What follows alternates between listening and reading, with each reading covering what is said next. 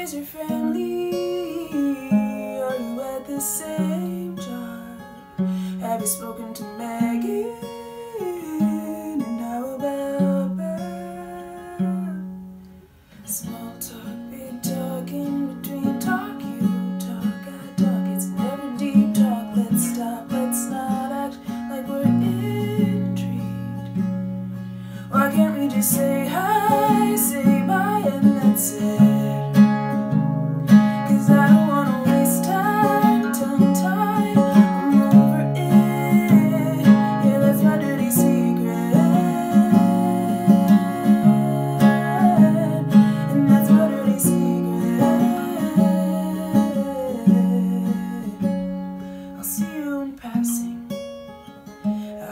Say hi, I'll pretend not to see you. Look up to the sky. I have nothing against you, I just don't like to chat. I'm not all that curious, that's what killed the cat. Small talk, big talk, in between talk, you talk, I talk. It's never deep talk. Let's stop, let's not act. Why can't we just say hi, say bye, and that's it? 'Cause I don't wanna waste time, tongue-tied, I'm over it. And that's my dirty secret. Yeah, that's my dirty secret.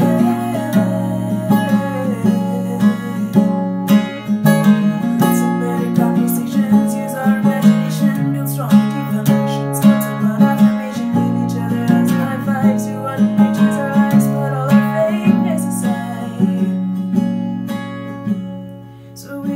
Say hi, say bye, and that's it. 'Cause I don't wanna waste time, tongue-tied, I'm over it. Yeah, I don't wanna say hi, say bye, and that's it. And I don't wanna waste time, tongue-tied, I'm over it. And that's my dirty secret. Yeah, that's my dirty secret.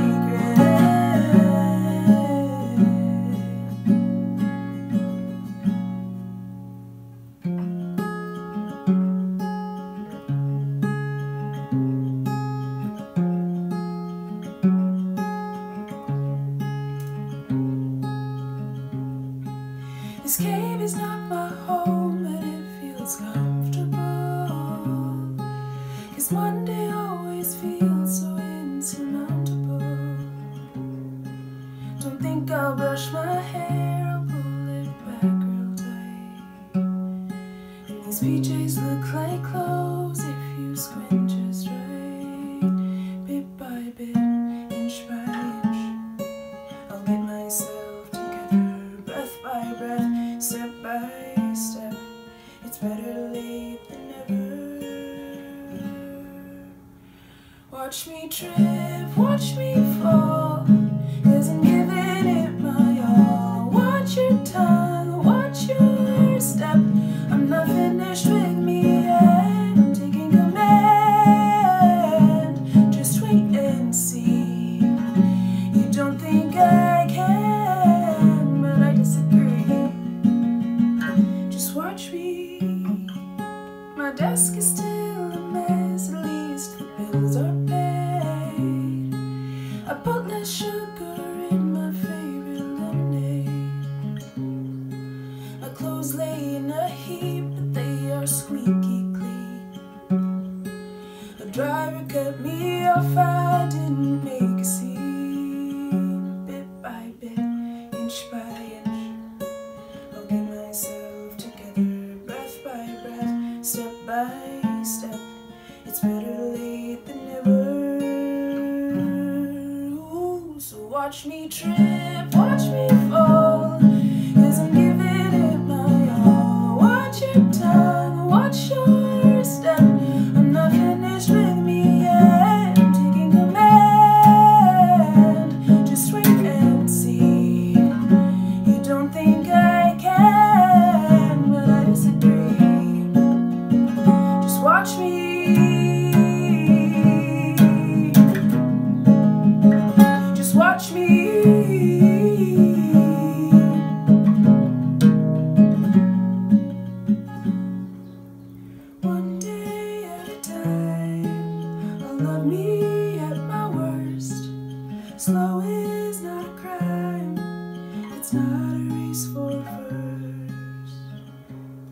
So watch me trip, watch me fall, 'cause I'm giving it my all. Watch your tongue, watch your step. I'm not finished with me yet. I'm taking command. Just wait and see. You don't think I can, but I disagree. So watch me trip, watch me fall, 'cause I'm giving it my all. Watch your tongue, watch your step. I'm not finished with me yet. I'm taking command. Just wait and see. You don't think I can, but I disagree. Just watch me. Hey everybody, welcome. How y'all doing today? My name is Joe Reed, and hey, I'd like to welcome you to the Forward is Forward webinar. And before I do anything else, I want to do something for you. I am going to take my medication.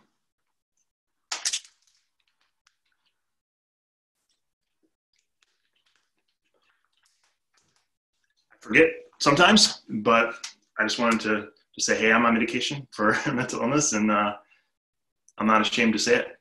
That's not ashamed to say that I'm getting help and I'm doing things to move forward. So yeah, Carson can come on, and I want to introduce what Broken People is. So Broken People is a mental health peer support group that I started 2 years ago, and Clarkson helped kind of gave me a lot of the ideas to put this thing together. It really started with a book that I was writing about my life and my experience with mental illness.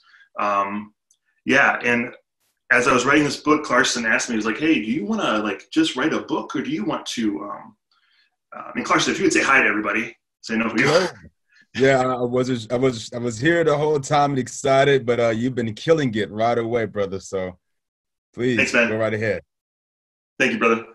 Yeah, so he was just like, you want to write a book, or do you want to like really affect the community, affect lives? So yeah, that's what I want to do. I want to affect lives. So I was thinking about, how do I start a group that would relate to mental health, mental illness, and I kind of took a look at myself at what I look like when I'm at my absolute worst. And when I'm at my absolute lowest, I feel broken. So I wanted to make a group that was titled something that would draw people that feel a lot like me. And so Broken People was the name I came up with. And yeah, so yeah, and it's been well received. I think that everybody in some senses is broken and in need of some kind of redemption and fixing. And yeah, anyway, so I want to, Kosh, you have any thoughts on that?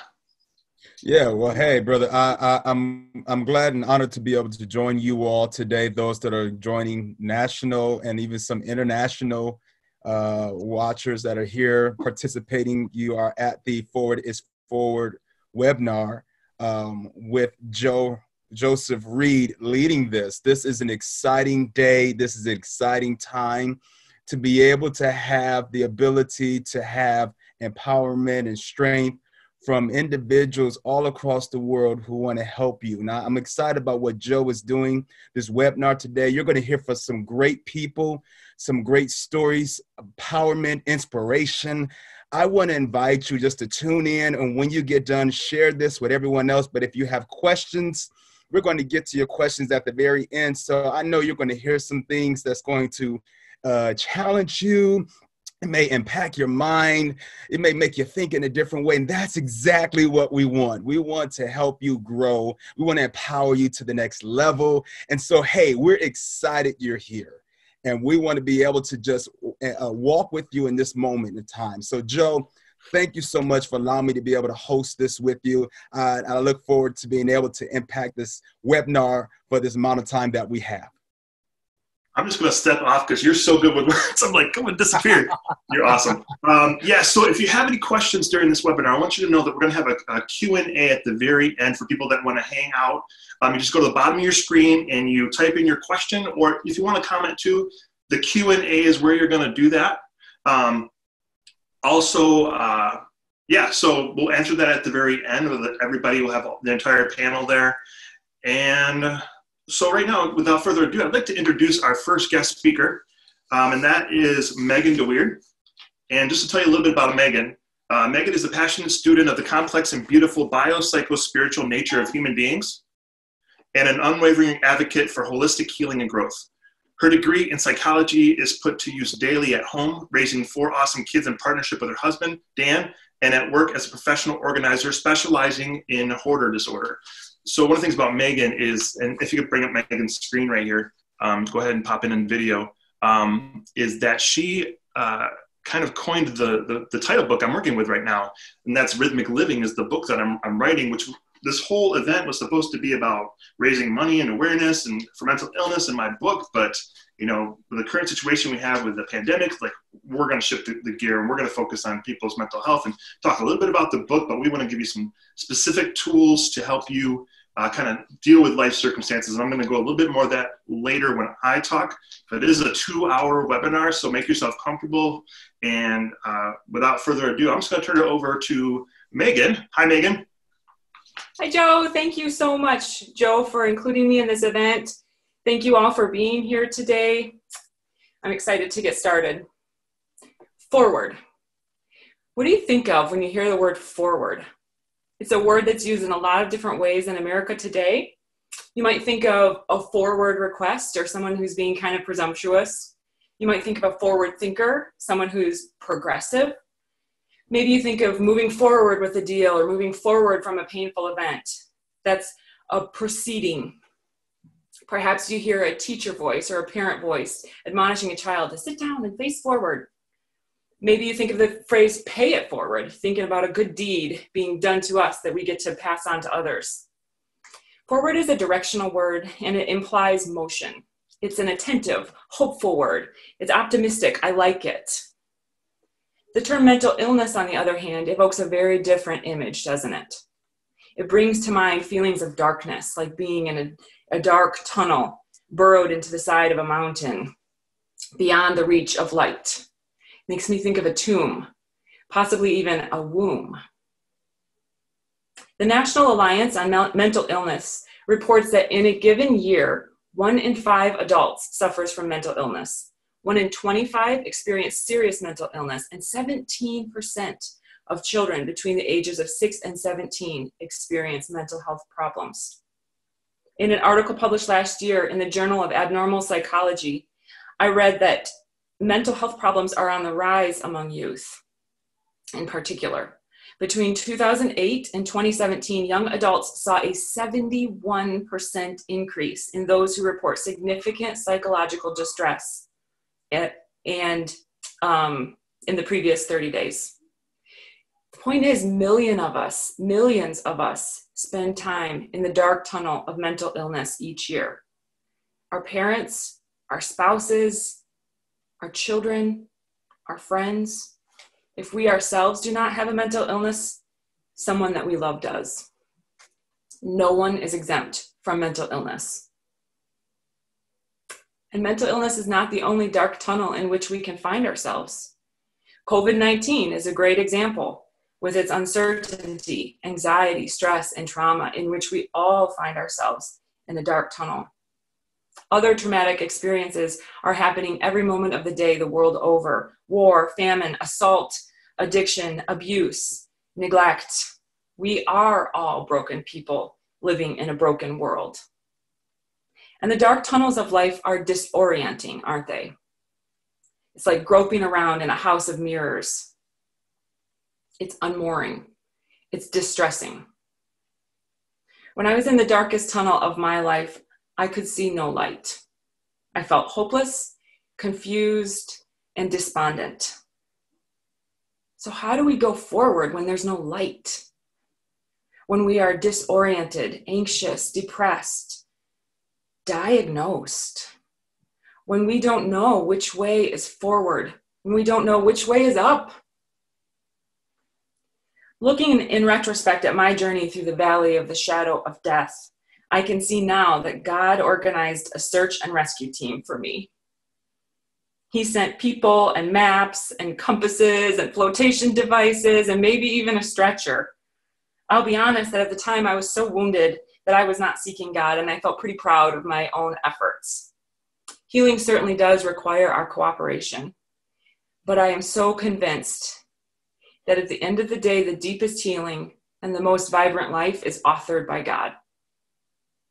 Henry Cloud, in his book, Changes That Heal, says that healing and growth require grace, truth, and time. Let's start with grace. Acceptance.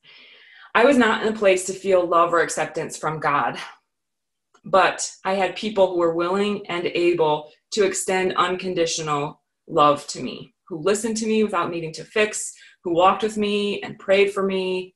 These were companions in the dark tunnel of life.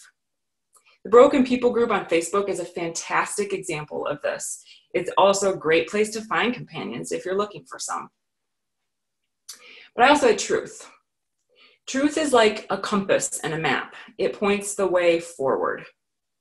When it comes to truth, I find it's helpful to think holistically in terms of the categories of body, mind, soul, and relationships.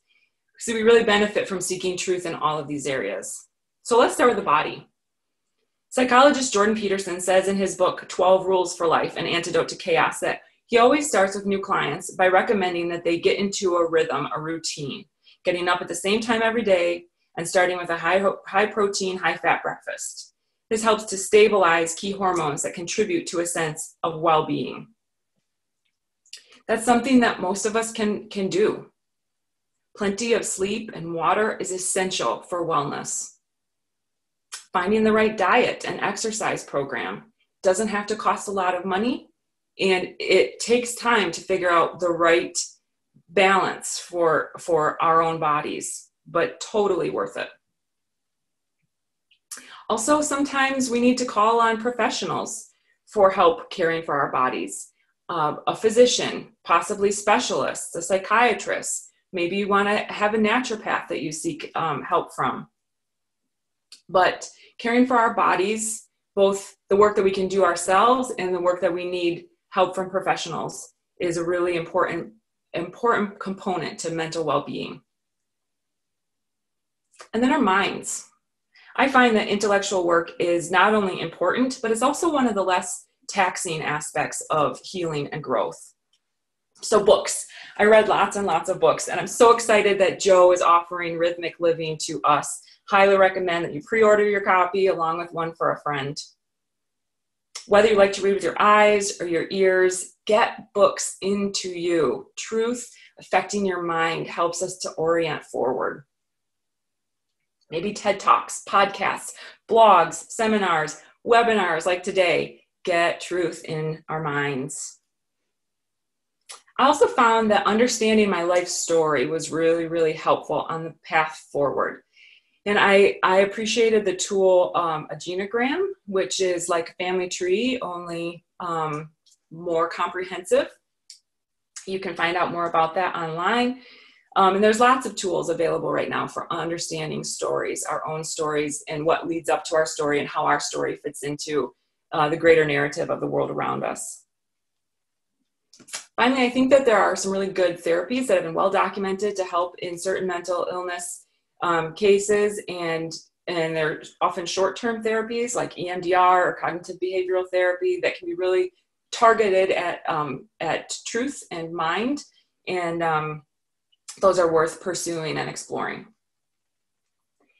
Our souls. This was a difficult part of my journey. I have to admit that I was really wounded, and it was hard for me to seek God in a formal setting. One of the difficult parts of my process was finding a church where I felt safe and accepted, as well as inspired and pointed in the right direction. But when I did, it was incredibly healing. So I do have to recommend that finding a place of worship is a beautiful part of healing and growth. I had a spiritual mentor, a woman who to this day is extremely important to me and is always speaking truth and life into myself, into my relationships. And then personal spiritual practices. This, again, was a hard area for me because of the wounds that I was recovering from and the emotional barriers that I had. That's okay. Just like diet and exercise, you have to find what works for you. but do seek God in a personal spiritual practice. I am confident that God meets with earnest seekers. And then relationships. We are designed to be in relationships with ourselves, with God, with other people, and with the world around us. It's in the context of relationships that we are wounded, and it's in the context of relationships that we are healed. I had one friend in particular who was willing to speak truth into my life and really got the healing process started. But I also had a professional therapist. And first I had the wrong one before I had the right one. But the right one is so critical, I think, to almost all of us at some point in our lives or another, in just gaining truth and being pointed in the right directions. My therapist helped me so much to build more truthful and graceful relationships, both with myself and with other people. So it all took time, but eventually I saw light again. And I'm learning now how to tune into my own internal navigational systems, how to stay on course, facing forward. Picture with me for a moment the image of a cockpit in an airplane. We're the airplanes. We're really complicated systems. We have tons of gadgets and gizmos and settings. Learning how to fly is a lifelong pursuit. Just when you think you're getting the hang of it, the weather conditions change and you have to renegotiate the tools. We have to learn something new. As I got to know Joe, I noticed and admired his intentionality about maintaining purposeful habits that help him to stay facing forward. Habits that he breaks down in the book, and which we saw already today, taking his medicine. Habits which nurture the body, the mind, the soul, and relationships. And habits that we also can personalize that help us navigate the dark tunnels of life toward hope, healing, and growth. So forward is forward. Each of us, regardless of how disoriented we are or how dark the tunnel in which we find ourselves today, can take steps to face forward. In fact, you have by tuning in with us today. So whether we are inching forward or clawing or crawling or galloping or grasping or simply facing forward, forward is forward. Welcome to the webinar. Thank you so much for joining us. I wish you all light and life and joyful soaring. Wow, that is so awesome. And wait till it comes back around here.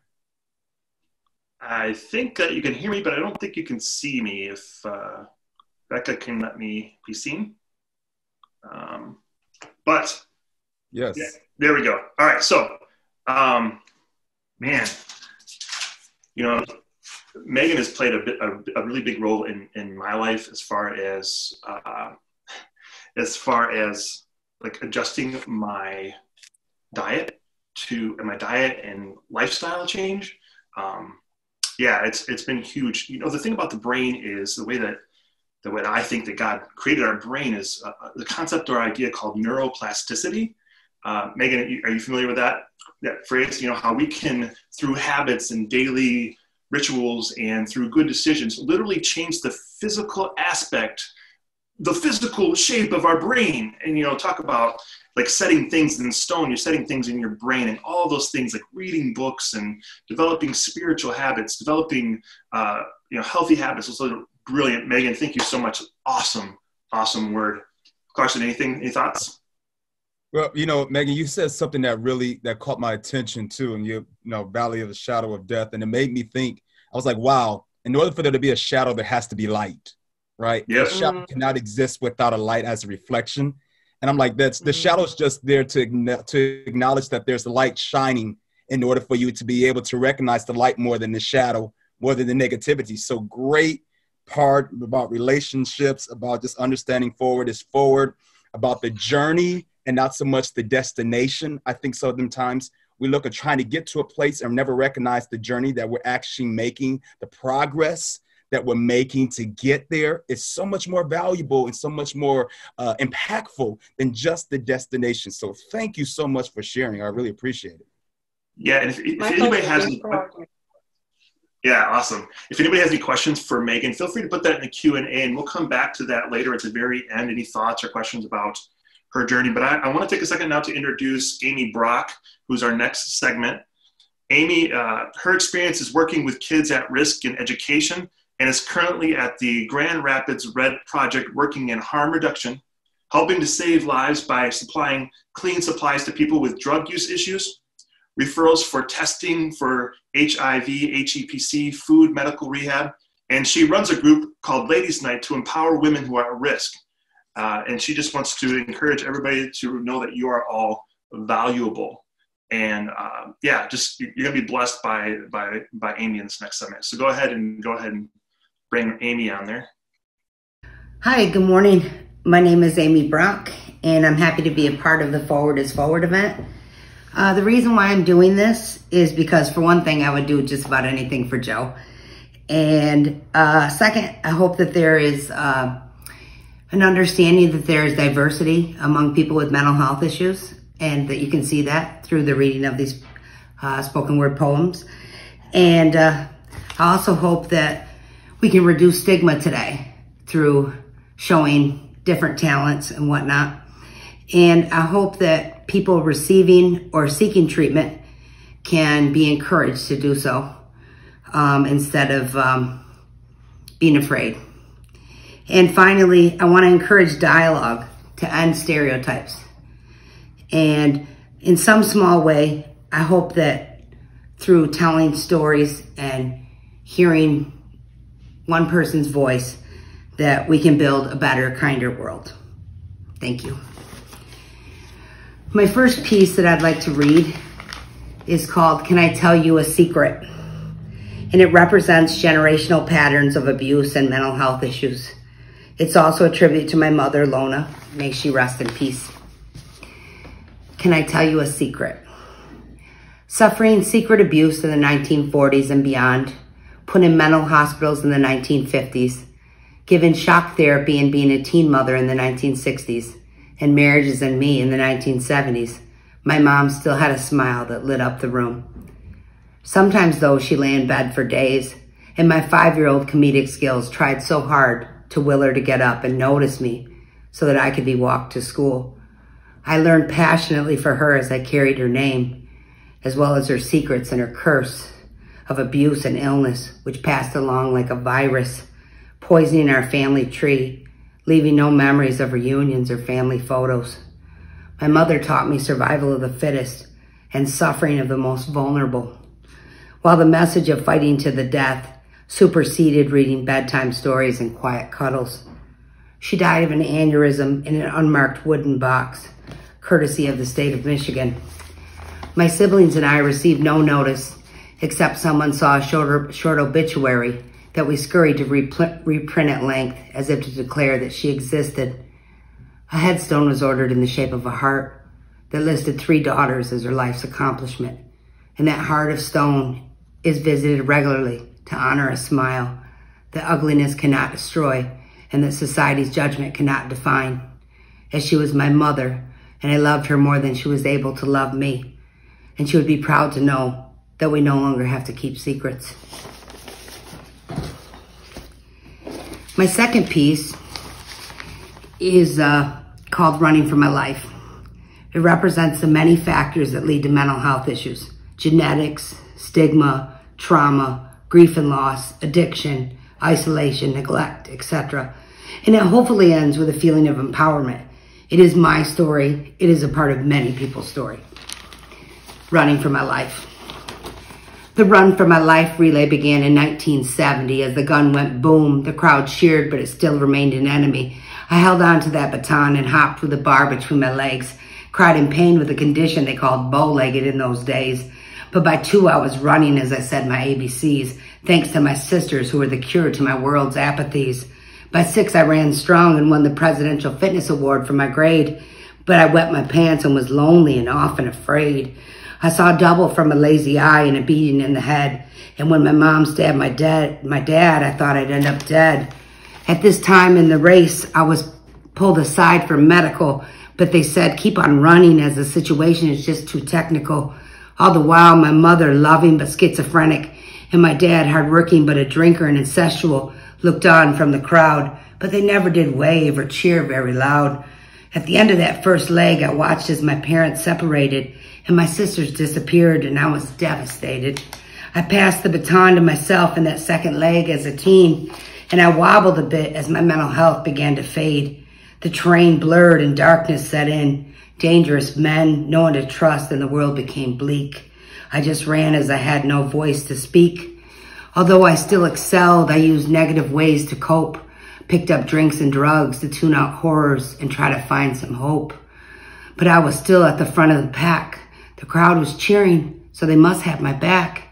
I hid my pain and the heightened fear I would carry, pretended that life was not so scary. So again, I passed the baton. It was now the third leg. As an adult, I ran right past 2 college stages and obtained 2 degrees. Teaching at-risk kids made me feel free. I did this for a decade until someone learned of my sexual orientation identity. So I ran away from what I was meant to be and ran toward insanity. I became one of those athletes who performed artificially. One of those fallen sad stories. Victim, mental illness, addict, failure, burden of society. The crowd hissed. I faced a dilemma in passing the baton in this final leg. Learn endurance or die. That was many months from today. I no longer have to lie. I became mindful. I saw the scenery as I ran. It was amazing. I believed through God or something greater than me that I can.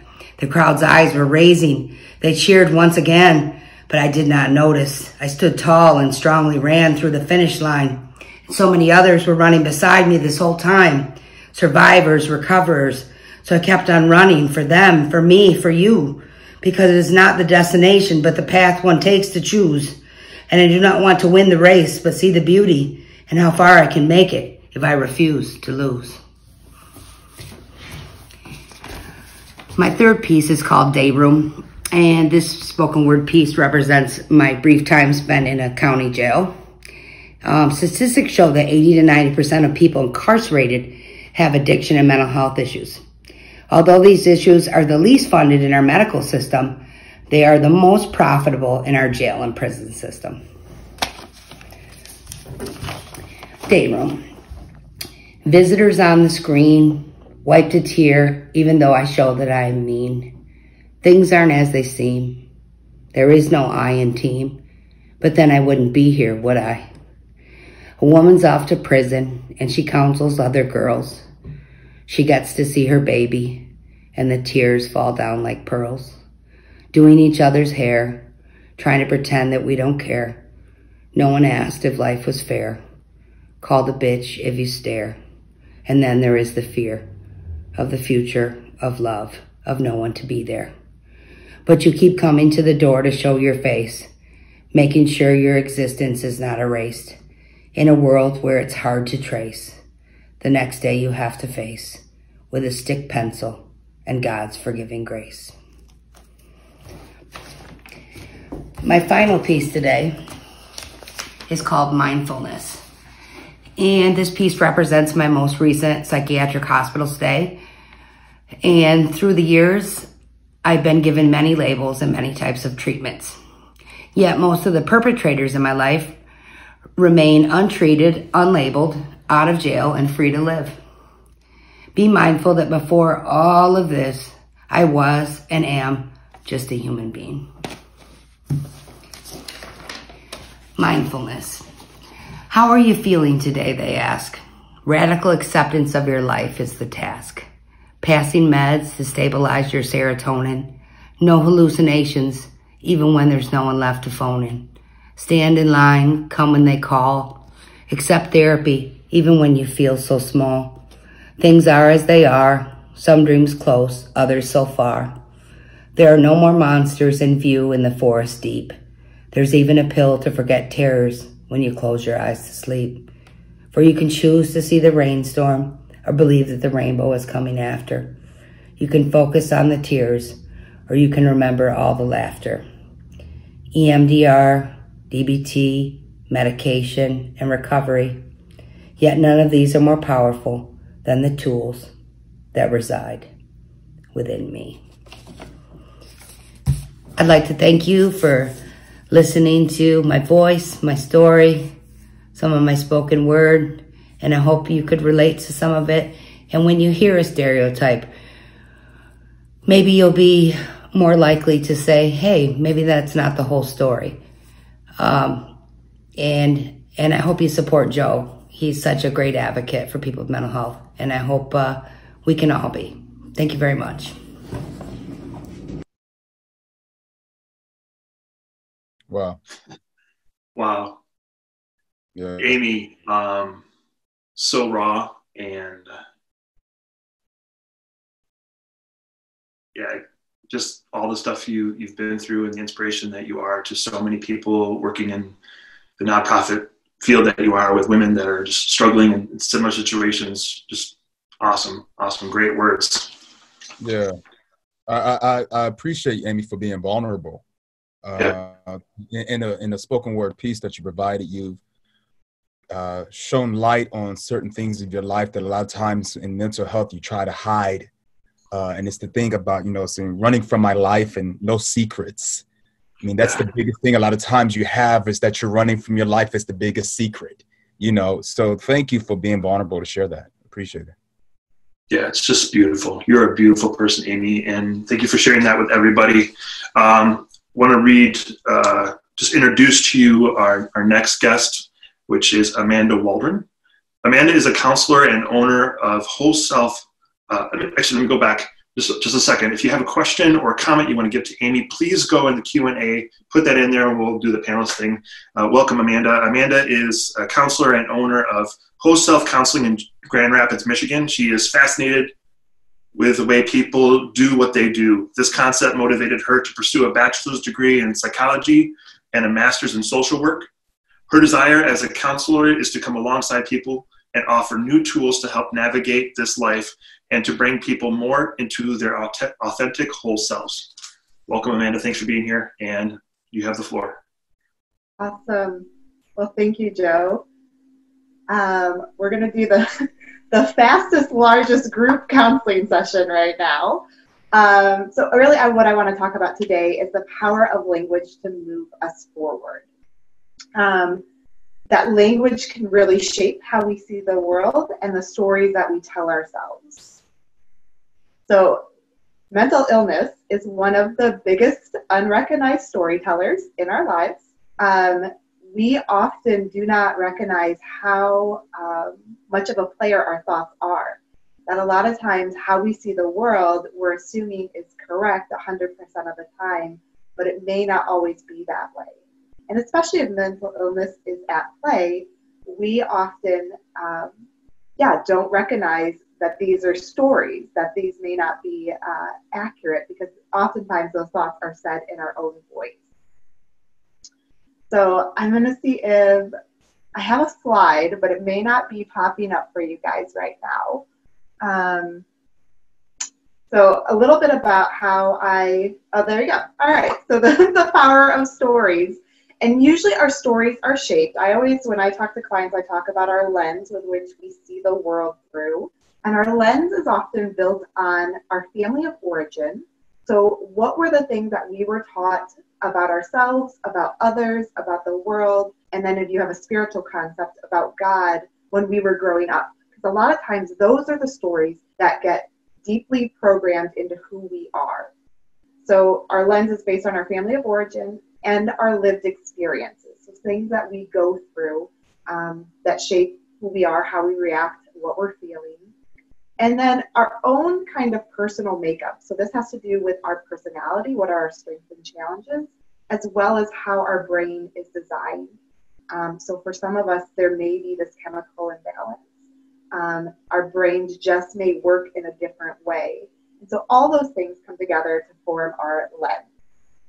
And with mental illness, our lenses tend to be a little bit smaller and a little bit less flexible. And in this way, we're only able to take in a version of the story versus all the information we may be able, that may be helpful for us to see a situation. So Becca, if you want to go to the next slide, this is young Amanda. So in this picture, this Amanda is trying really hard to present herself as okay, but underneath, she has just gone through the ending of a relationship, is really, really sad, really worried, hard to concentrate, having thought that she would be better off dead. But she's trying her hardest to appear okay. So this was around the time that I sought out counseling myself. And it was such a profound experience. My counselor helped me gain some skills in language to start explaining what I was going through. So I got language for anxiety, for depression, for cognitive distortion, that I was able to name what was happening inside of me. And until I had those names, I was just really floundering, trying to figure this out on my own. And if any of you have been to counseling, you may be familiar with the cognitive behavioral therapy thought log. So this is a tool that really helps us start to slow down those stories that we may not even be aware of that we're telling ourselves. So how are we interpreting situations? And then how is that interpretation impacting how we feel and how we react? And so it was really that experience that gave me the language to describe, like, oh, this is anxiety and this is depression. And once I was able to have those labels, it opened me up to move forward in my life, to start challenging some of those unhelpful stories that had been implanted in me. And so next slide is just kind of a funny joke about how just a simple tweak in language can change the meaning of something. So it can go from let's eat grandpa to let's eat grandpa. So just kind of a funny example of how, in this case, commas can save lives. So really, the next couple of slides are going to be working through some tools on how, just some changes in language, how simple tweaks can change how we feel. And so there's this term that I really like, partially because it rhymes, but partially because it's true, called name it, tame it. Again, once we have language for something, we can do something about it.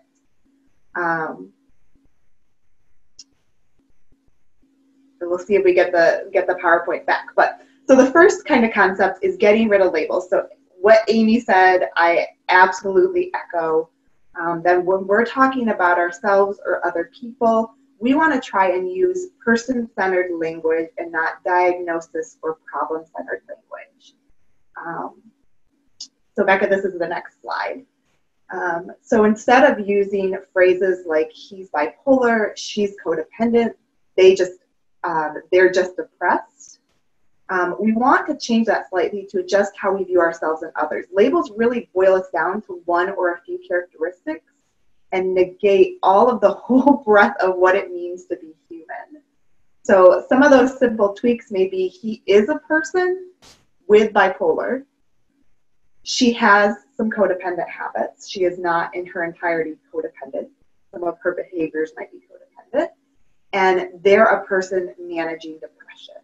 So really trying to challenge how you describe yourself, how you describe others. The next one, I believe, is building an emotional vocabulary.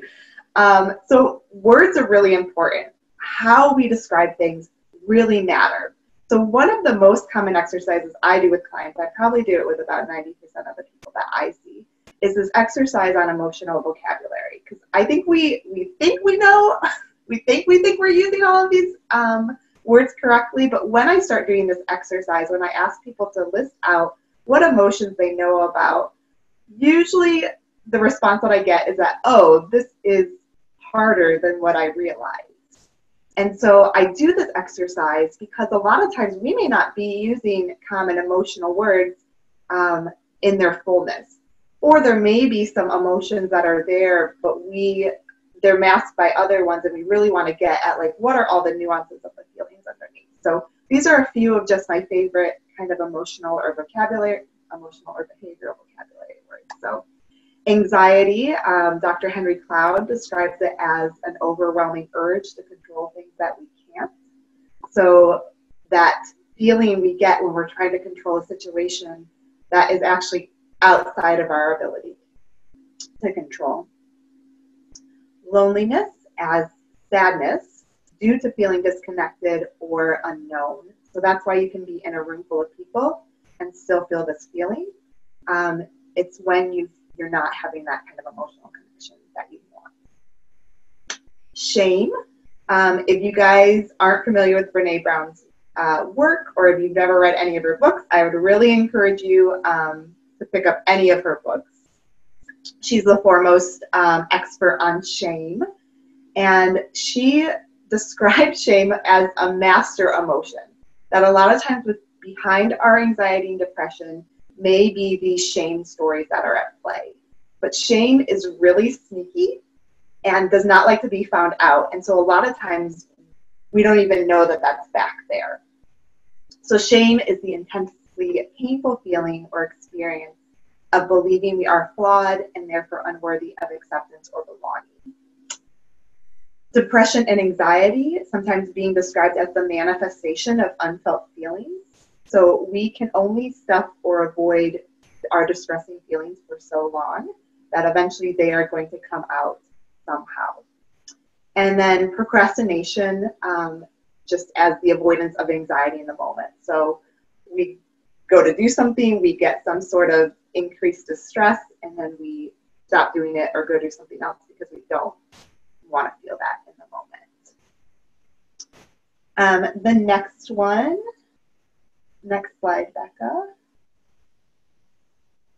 is externalizing the feeling. So seeing feelings as something outside of who we are at our core. Again, this kind of goes back to some of that labeling, but sometimes just saying like, oh, okay, so this is an anxious thought, or my anxiety is telling me, like, what are those stories that our anxiety, depression, shame, anger is trying to tell us right now? And are those stories accurate? My shame gremlins, which comes from Brene Brown again, my shame gremlins are trying to make me believe. So what are those stories that our mental illness or our cognitive distortions are trying to make us believe? That rigidity to our lens again. And then sometimes just recognizing like, oh, okay, so this feeling that I'm feeling right now is depression, or this thought that I'm having right now is anxiety. And then the next one, I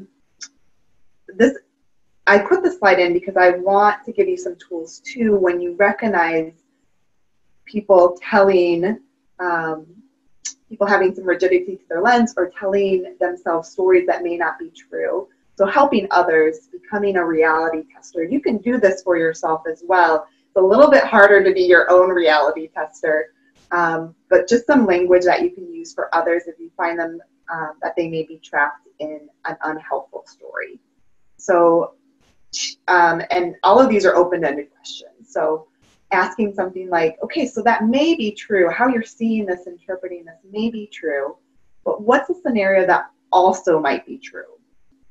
Is there a different way to see the situation? What story is anxiety, depression, shame trying to make you believe right now? So again, we're trying to bring in more information to widen our lens so that the stories that we're telling ourselves can be more helpful versus hurtful. And then the last slide, just wanted to touch a little bit more on that shame or that hurt. As self-compassion.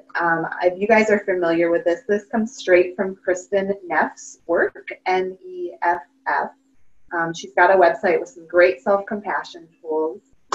This is actually a skill I only learned a couple years ago, but it's revolutionized the way that I talk to myself. So the language that I talk to myself has really been a good tool in helping me move forward, and that's why I'm so excited about teaching it to other people.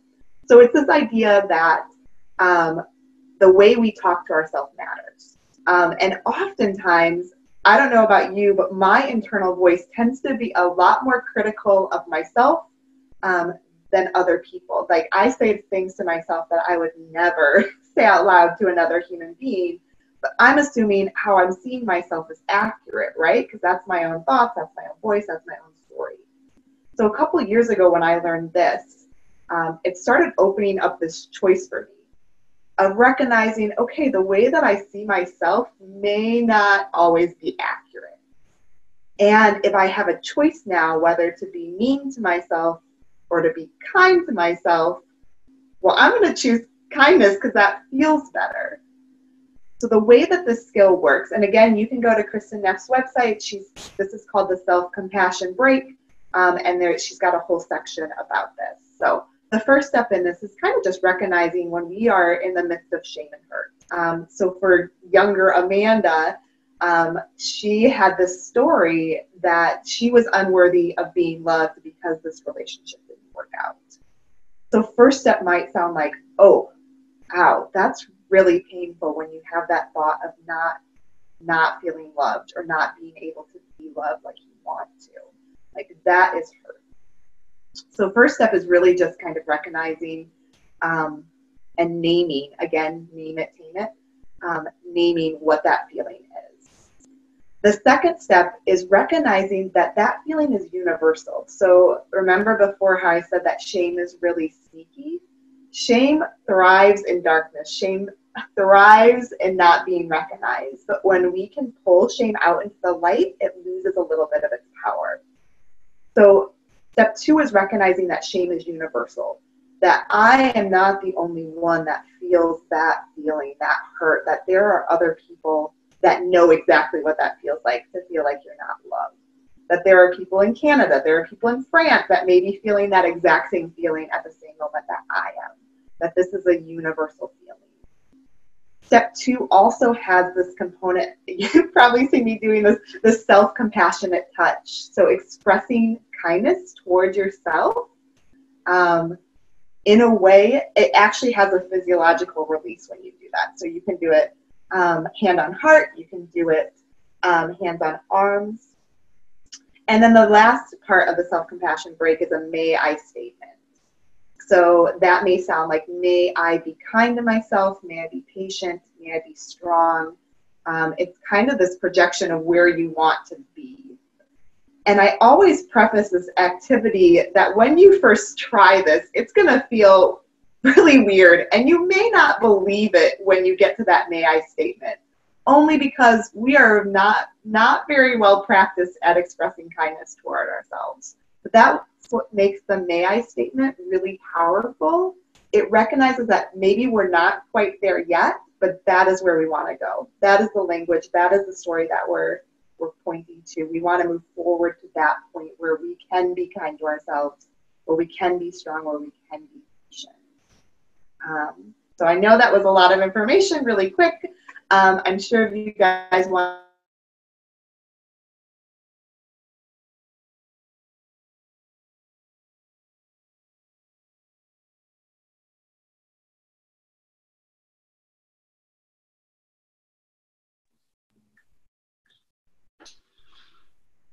Hey.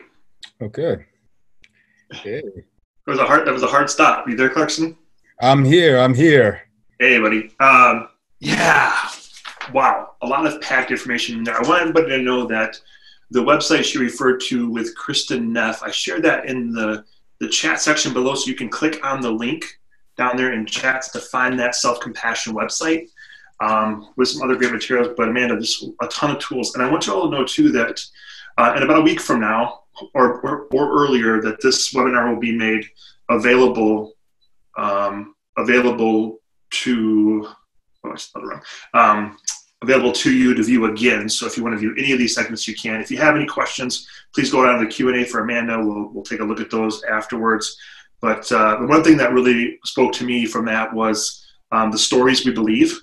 Here's the thing. Here's the conflict that happens to me a lot in my insecurities, in my relationship with my wife, is something will be going on between my wife and I, and I'll have a story in my head of what's going on, and that she's being hurtful on purpose, or that she's just being selfish or whatever, when she has her own intentions of what's going on. So I'm making assumptions, believing a story in my head. So what I've done to combat that, like Amanda said, is I just tell her the story. I tell my wife, hey, this is the story I have going on in my head.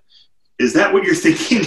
And help me understand what your intentions are right now. And yeah, those stories can be so deceiving, so shameful, so harmful, but man, such a powerful, powerful segment. Thank you, Amanda. Clarkson. Yeah, it's something she talked about, the facades of what we recognize,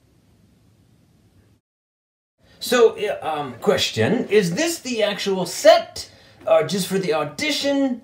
How does this work? I think I might be in the wrong spot, the wrong test, I'm not sure. Yeah, I don't know, they just told me to, I don't know, yes, I don't know either. I think the worst thing was just losing track of all perspective and just work and work and work and work and create. And why is it that as an artist, that's just what I mainly do, is create? And it's good, but then I get stuck and I get where I think about other possibilities and I think of things that are better and I'm not as good and it's never enough, and then suddenly it's just like, why? You know, it's like, it's good.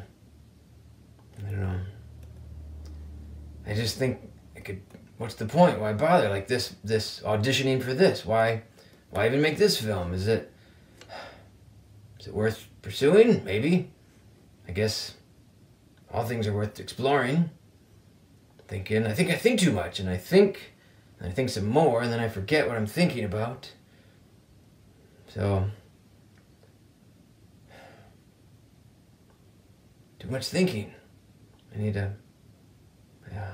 So, is this the scene where I talk about making bad choices with too much drinking, managing stress, blowing up on the family, loss, money, death, struggle? This scene's very personal. I don't know if we should go there in this documentary, this film.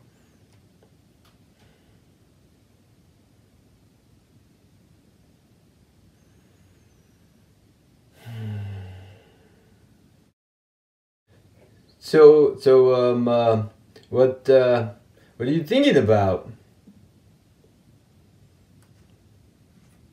Well, you know, the artist's role, the artist's world, the dynamic, money, family, messing up, screwing things up, my son, my daughter, am I a good dad, am I not, am I a good husband, I do things and it's like, why? Yeah, so, why don't you just keep working at it? I know, but I am doing okay. So keep going. Just get a little farther. Another day. Right? Who's directing this thing? Is there a director? I don't know about, no, yeah, no.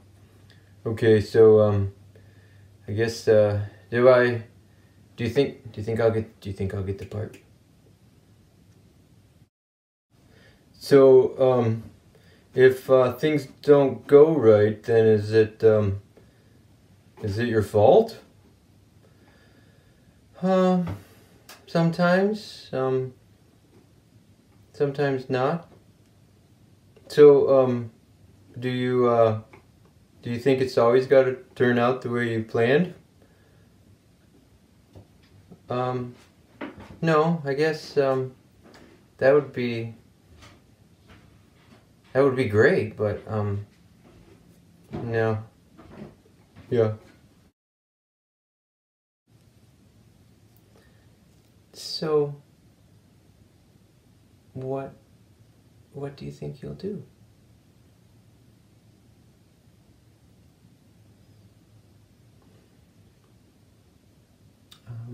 I'll just keep going. I'll keep doing my best.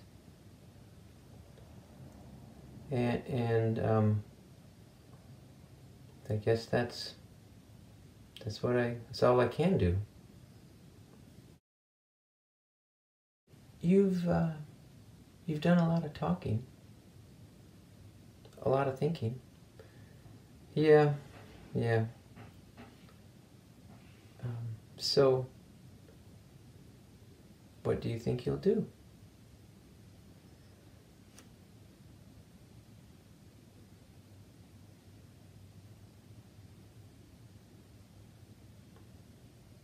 I'll keep going.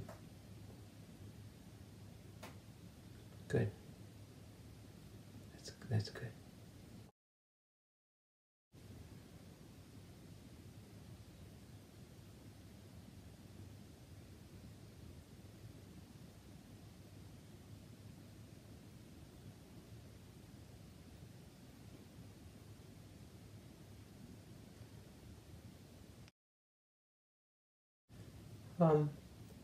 It's going to be okay because you're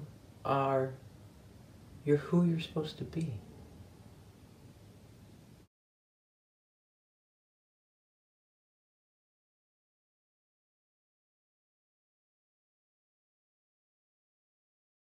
Wow. What a presentation from Kevin there in regards to the display. I think, Joe, may I say this? That's what I like about this webinar, is that the presentations hit on all levels where individuals may digest understanding about where they're at in life. And Kevin's presentation of being open, talk about turning your pain into creativity, then allow that creativity to be a release for himself and an education for others. And I think that's what I appreciate about this conference and this webinar, excuse me, of what's taking place, what's being presented, is that it's a different way of understanding just how we process life. And I know someone right now just got an aha moment, was like, that's me. That's me. I can see myself, and it's okay that I'm in this place in life. I mean, what do you think? Yeah, I think that, and Kevin and I have talked about this, where people like myself that just are just like, I mean, I'm sweating creativity. Like it just kind of comes out of me. Like I'm an idea guy, and we kind of look at that as a defect and as a problem when certain aspects, you know, if we can go back to what Amanda said, it just stop labeling these things and be kind to ourselves. And his creativity, the beauty that of being able to express yourself through, like Amy, through the poetry, through Amanda, through song, and me through turtles. I don't know.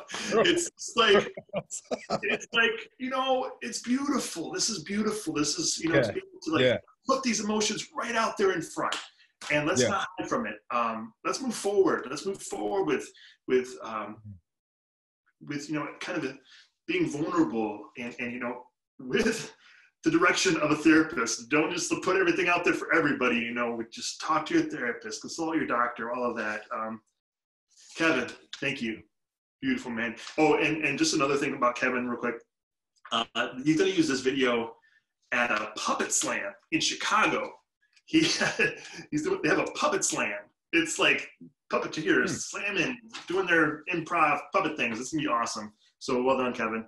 I'd like to introduce to you now Pam Squire from NAMI of Kent County. And Pam is the president of NAMI Kent County, the board, the largest national grassroots nonprofit mental health group in the country. She has been active in the mental health community for many years, leading the charge to raise awareness and to educate the community to create a better world for those who struggle with mental illness. I'm so honored to have Pam, if you can come on video here, and just to have speak to us a little bit about your organization, really for everybody that's here from all over the country. You know, you can connect to what she's about to say and with her organization, even though she's the board president here in a local affiliate. So Pam, are you there? I'm here. Can you see me now? I can see you now.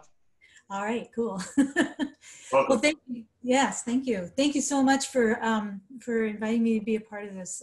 This is, so far, it's been a really amazing event, and I've enjoyed all of the segments so far. So wow, this is exciting. Thank you very much. I've been asked to talk on behalf of NAMI. We have some resources that we offer to our community. So I'm going to tell you a little bit about me and about NAMI and about some of the resources.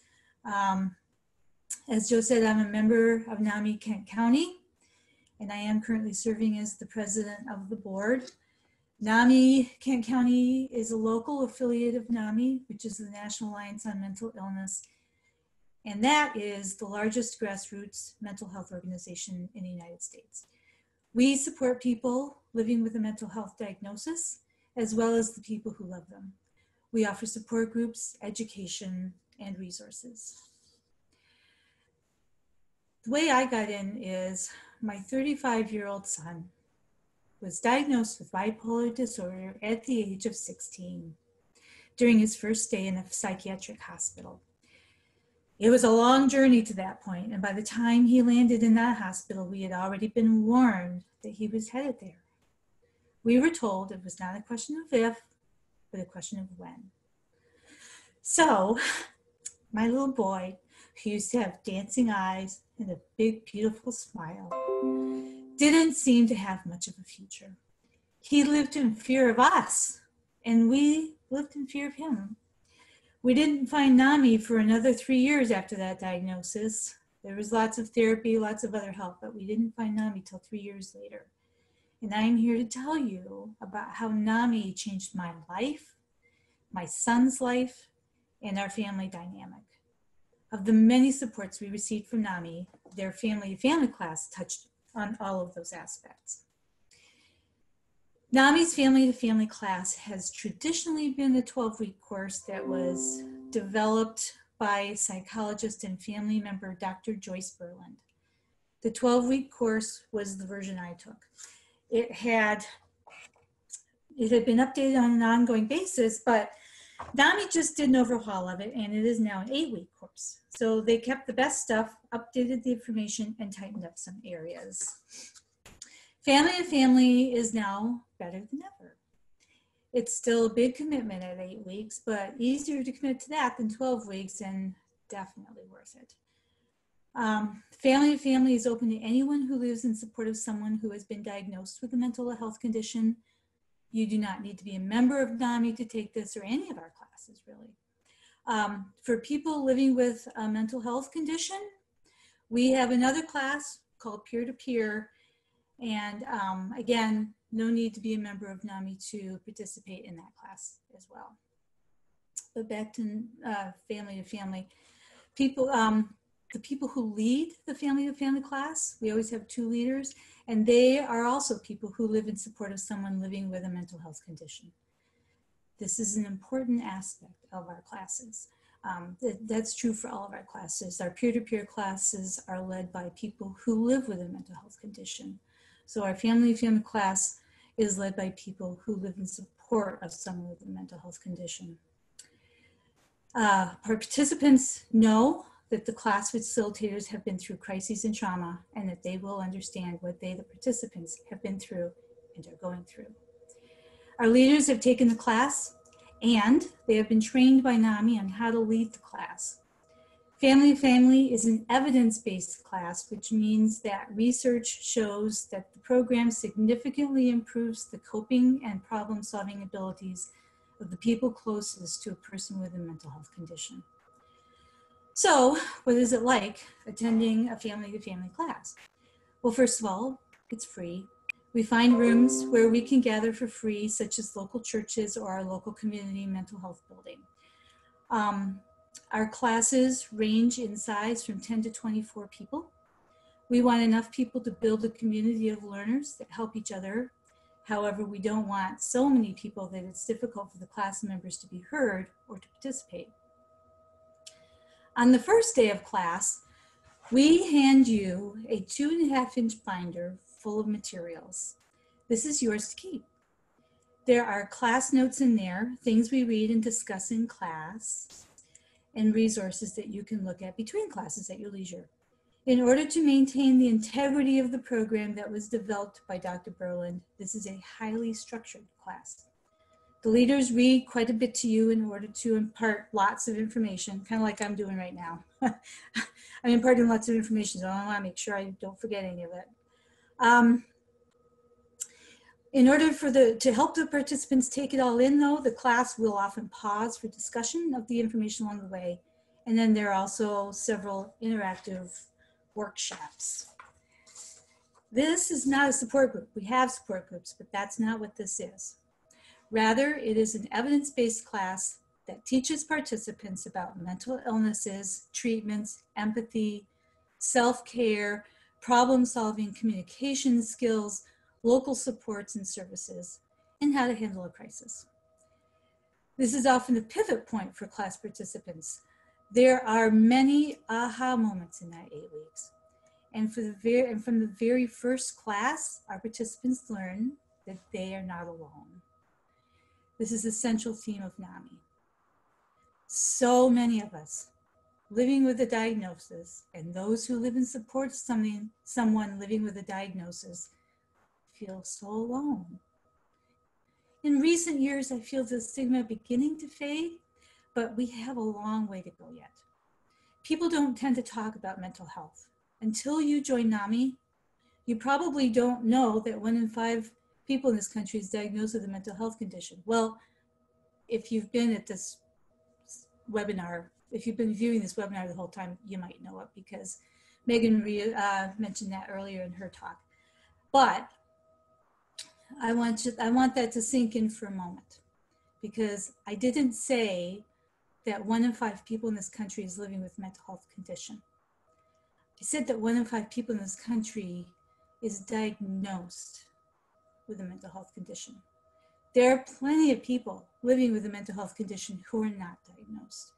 Then you realize that many of those people have family and friends who are impacted by that mental health condition. As you can see, we don't really know the full impact mental health has in our community. All we know is that it impacts way more than 1 in 5 people. And because of the stigma, we feel isolated and alone, even though we are surrounded by others going through very similar things.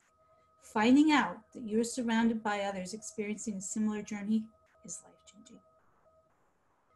During one of the last family-to-family classes, someone living with a mental health condition who is in recovery speaks to the class.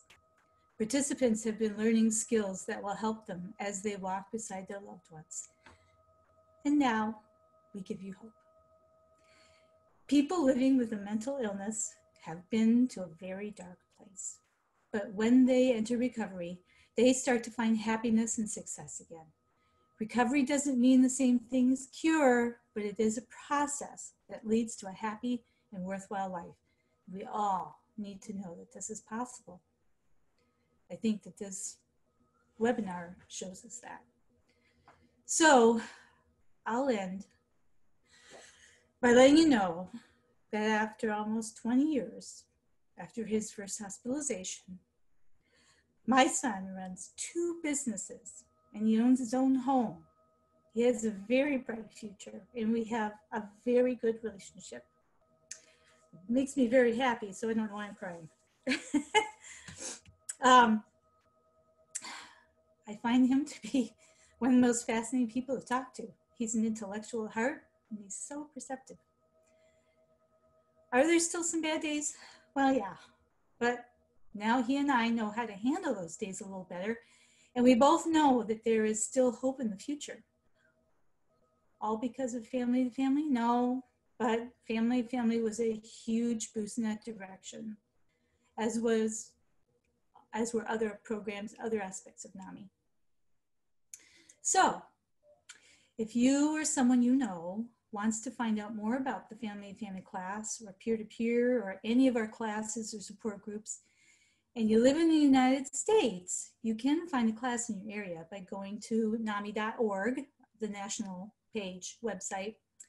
If you live in or near Kent County, Michigan, you can go to NAMIKent.org.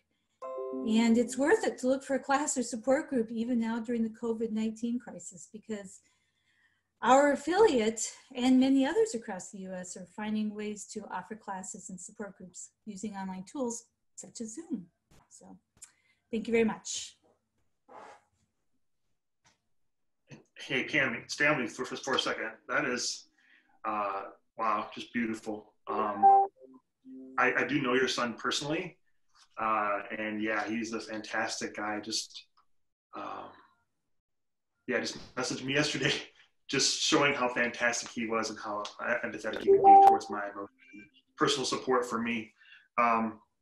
Yeah, so NAMI is huge, and I can't say this enough, that everything they do depends on donations. Every class that they offer is free.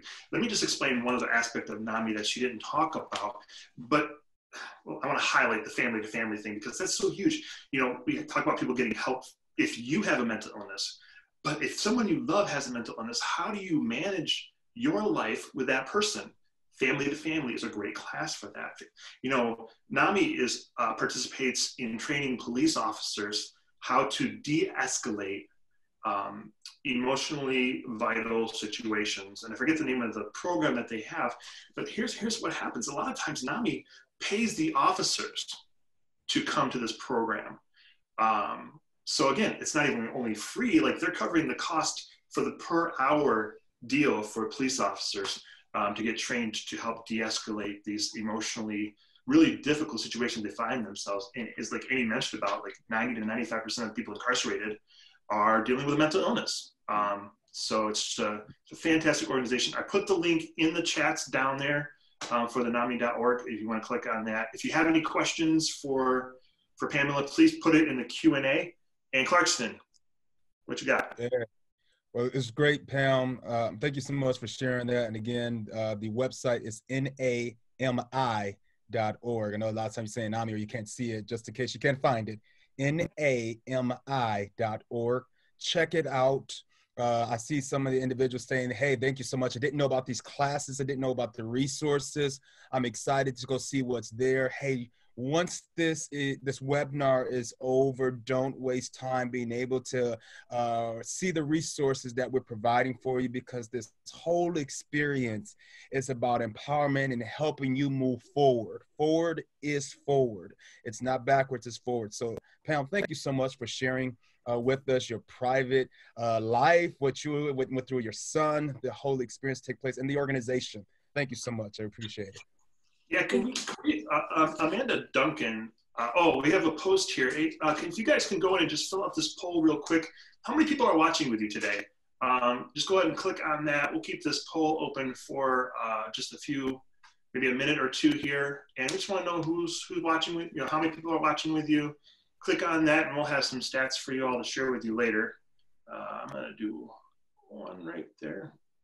Yeah, so Amanda Duncan, is it possible for Amanda Duncan to come on screen right now before I introduce her music? If not, I'm gonna introduce you, Amanda Duncan, but I just wanted to have you make people. Oh, hey! There we are. Hey, I just wanted people to, we did have to pre-record your stuff, which is unfortunate, but also we wanted to have the best quality we could. Just thanks for being here. Thanks for sharing your music. And I know you're going to be in the panel at the end, but I just wanted to do the way that everybody, tell them hi, and then we'll show you here. Just a brief introduction to Amanda. Amanda Duncan is an independent artist and friend who is deeply passionate about music. You can subscribe to her music via YouTube. Search Finley Music, and I'll put a link in the chats about that, but it's FYNLEEMUSIC. I know that you will enjoy these original songs as she opens up her heart to you and bares her soul. So, Becca, go ahead and play the video, Amanda. Anything you want to say before she does? No, we're good. Thanks, Joe. All right, cool. Let's play it. Hi, I'm Amanda, like Joe said, and I'm really glad to be here. I've struggled with anxiety and depression for over a decade, and I'm really glad to have a space where I can talk about that, because I think a lot of people feel like it's something that you shouldn't talk about and you should hide about yourself. But I'm grateful to Joe for creating this space, and we can admit that life can be a major struggle. So whether you have battled with mental health related hardships for years, or maybe you're new to anxiety because of the current events we're going through here, I want to encourage you to have grace with yourself, because that's something that I'm working on as well. A few weeks ago, when Joe and I were talking about what I would be presenting today, he told me that he thought I should talk about my experience with the coronavirus, because I was diagnosed with a presumptive positive about a month ago. And I'm feeling so much better now, and I'm really grateful for that. And I know that's not the experience everyone who's gotten the virus has had. Not everyone else has had the same experience as me and come out healthy. So I'm really grateful for that. I don't take that for granted. But honestly, when he brought up that suggestion, I was like, I don't really want to talk about this, because I caught the thing that everyone has been fearing, including myself, and you know, a lot of us have lost our jobs because of this, so I don't really want to bring it up, but I'm glad he asked me to, because it kind of forced me to really think about what my experience was, but more than that, kind of, I walked away with a few things that I learned from being sick. And that sounds very cheesy, very cliche, but it's true. I honestly, you know, have come away with some lessons, and I'm grateful for that. So honestly, I feel like the biggest thing is that because I'm such an anxious person, it's so easy for me to worry about everything. Some things are big, some things are little and silly, but I have a lot of anxiety, and being sick forced me to use the little energy that I had to do more productive things, like just stay awake for some of the day, or you know, whatever the case may be. I didn't have the energy to worry about all the things that I normally worry about, and it kind of taught me, like, oh, like I can get by without worrying about everything, because it's become such a part of my normal that I've forgotten what it feels like to not worry. And so honestly, that was a big blessing. And another thing is that it's really grown my capacity for gratefulness. I sometimes struggle to see the silver lining, and being sick really kind of stripped things down to brass tacks, and I began to kind of reflect on the abundance that I do have. And because I lacked control over the situation, gratefulness for God being in control and him, you know, healing me from that. And so I'm really grateful for the things that I learned from being sick. And of course, I don't want anyone else to get sick, so please, you know, take the necessary precautions. But I would just encourage you, you know, as we all adjust to this new normal, even though it's a temporary new normal, we don't know how long it's going to last, and so to just have grace with yourself and have grace with the people around you, because we're all, you know, we're all human, and we're going to make mistakes. Even as we pursue to do the best we can, we're going to mess up. And so just love yourself, love yourself through the trauma, and it's okay to call it that, because it's a lot. And I'm going to play a song in a minute that talks about loving yourself. I wrote it as like a love letter to myself. I was experiencing some rejection in my life, and I wanted to write a song of acceptance.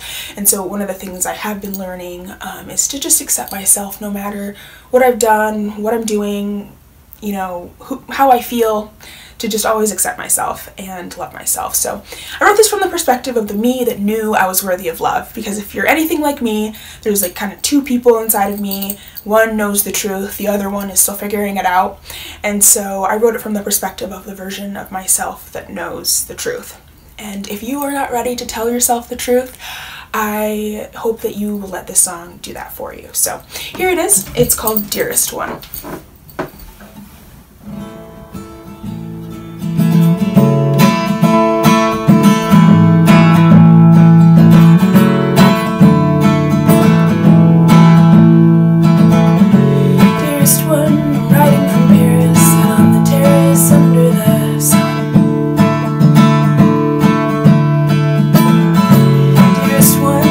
Got your letter, it's for the better, he's not the one.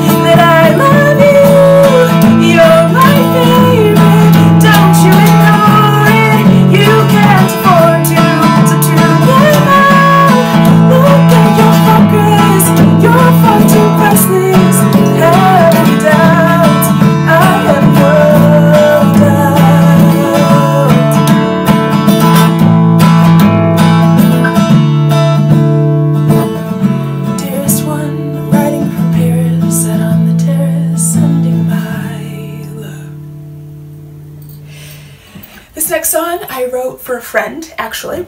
And he grew up with a mother who was trying to shove her religion down his throat. And she was very domineering and judgmental and liked to tell him what he was doing wrong all the time, and not in a healthy way. You know, as a parent, obviously you want to coach your child to be the best version of themselves they can be, but this mother took an approach that was very hurtful and very, honestly, traumatizing for him. And he, even as an adult, he was telling me, you know, all this as an adult, I was really struggling with, like, knowing what was true, what was not, you know, just kind of sifting through all the emotion that was attached to all the verbal abuse that she inflicted on him. And so it made me really sad, obviously, to hear about this. And I just really wanted for him to be able to name his experience as traumatic and name her behavior as inappropriate, because that's what it was. And I just wanted him to be able to move on from it, and not in a dismissive way move on, like just move on. I don't mean it like that at all. But as soon as he could name it and really verbalize what it was that he went through, the sooner he could experience the freedom that was on the other side. And I really wanted that for him. And so I wrote this song kind of as my wish for him, as his, you know, his friend. And it's called Let Go. And so here it is.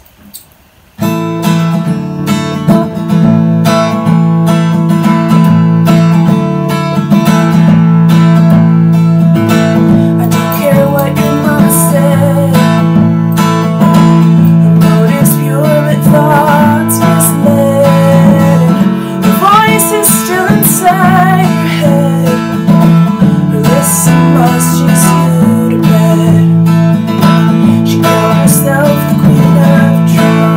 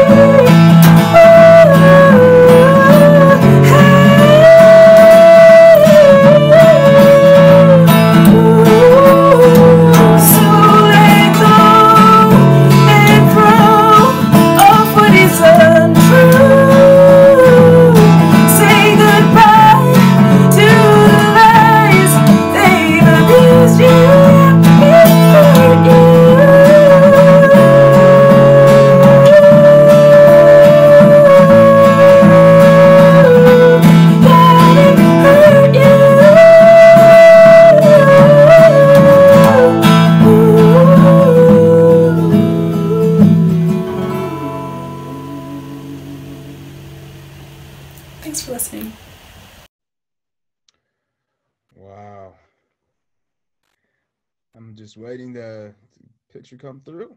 You guys can see me. This is Clarkston here. And see Joe's picture. But if you're there, you can still hear me. I'm glad that you are still joining us. Amanda. Wow, what powerful songs. What a powerful message. It's still stuck in my head, the first one. It's still stuck in my head because I love you. You're my favorite. Don't you ignore it. You can't afford it. I mean, I kind of want to keep on singing that because I love you. You're my favorite. I gotta stop. That was just awesome. I feel like getting some extra music behind it as a musician. But thank you so much for sharing, Amanda, your story with us. I know that you were a little bit hesitant on sharing that you have walked the journey of the coronavirus. But when I heard that you were on the other side, I just heard a story of hope in the midst of so much sadness and loss of loved ones, lost family and friends, myself. And so, Joe, if you're there, I want you to come on board right now.